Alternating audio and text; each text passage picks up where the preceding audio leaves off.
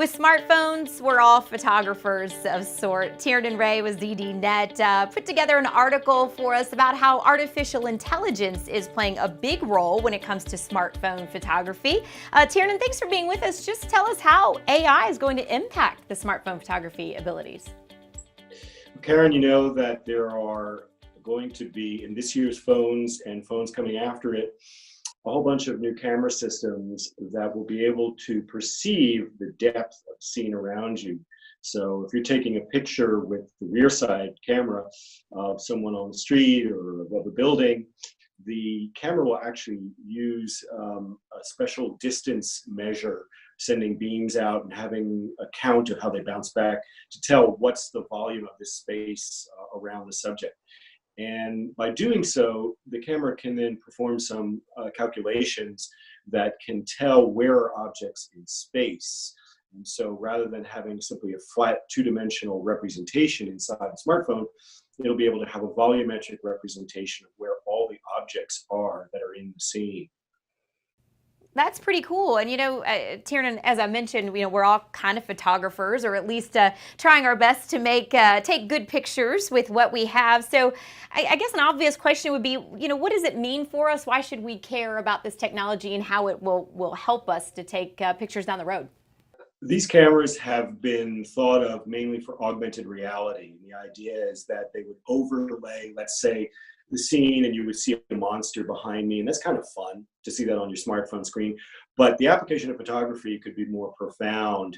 Today, there are a lot of distortions introduced into smartphone pictures because of the small size of the lens, for example. You get a lot of bending, the proportions are not quite correct. So for the average individual, the immediate benefit of this could be that the smartphone can use the software after you take the picture to correct the aspect ratio, the dimensions, the proportions, the lines of the picture, so that, for example, if you're taking a portrait of someone, their proper features will show up more like the way you would see in a traditional DSLR digital camera, or building lines could show up more parallel, so that if you're taking, let's say, an architectural photograph, you want to get a proper representation of the building, the camera will fix the representation for you after you take the picture. It's like kind of these beauty effects on cameras have done on smartphones to fix your complexion.